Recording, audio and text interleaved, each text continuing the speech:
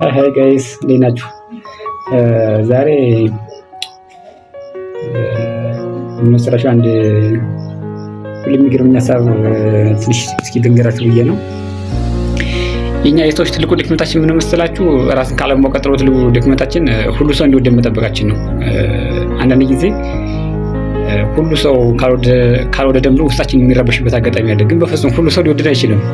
የቱንም ያህል ደግ የቱንም ያህል ሩህሩህ 100% ፐርፌክት ብንሆን እንኳን ሁሉ የሰው ልጅ ሙሉ በሙሉ ይወድና ማለት አይደለም። ክርስቶስ ተመልከቱት፣ ሁሉም ሰው አልወደደውም፣ ወይም በእሳቱ የነበሩት ሁሉ ሰዎች አልተከተሉትም።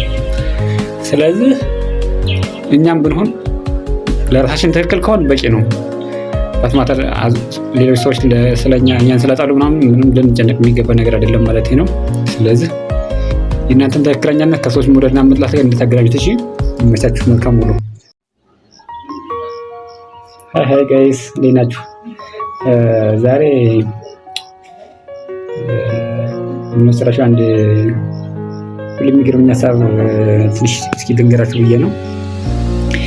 የኛ የሰዎች ትልቁ ድክመታችን ምን መሰላችሁ? ራስን ካለማወቅ ቀጥሎ ትልቁ ድክመታችን ሁሉ ሰው እንዲወደን መጠበቃችን ነው። አንዳንድ ጊዜ ሁሉ ሰው ካልወደደን ብሎ ውስጣችን የሚረበሽበት አጋጣሚ አለ። ግን በፍጹም ሁሉ ሰው ሊወደድ አይችልም።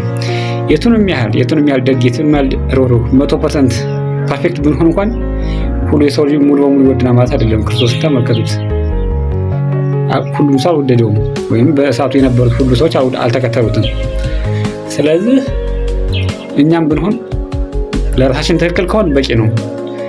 ማተር ሌሎች ሰዎች ስለኛ እኛን ስለጣሉ ምንም ልንጨነቅ የሚገባ ነገር አይደለም ማለት ነው። ስለዚህ የእናንተን ትክክለኛነት ከሰዎች መውደድና መጥላት ጋር እንድታገናኙት እሺ። ይመቻችሁ። መልካም ውሎ።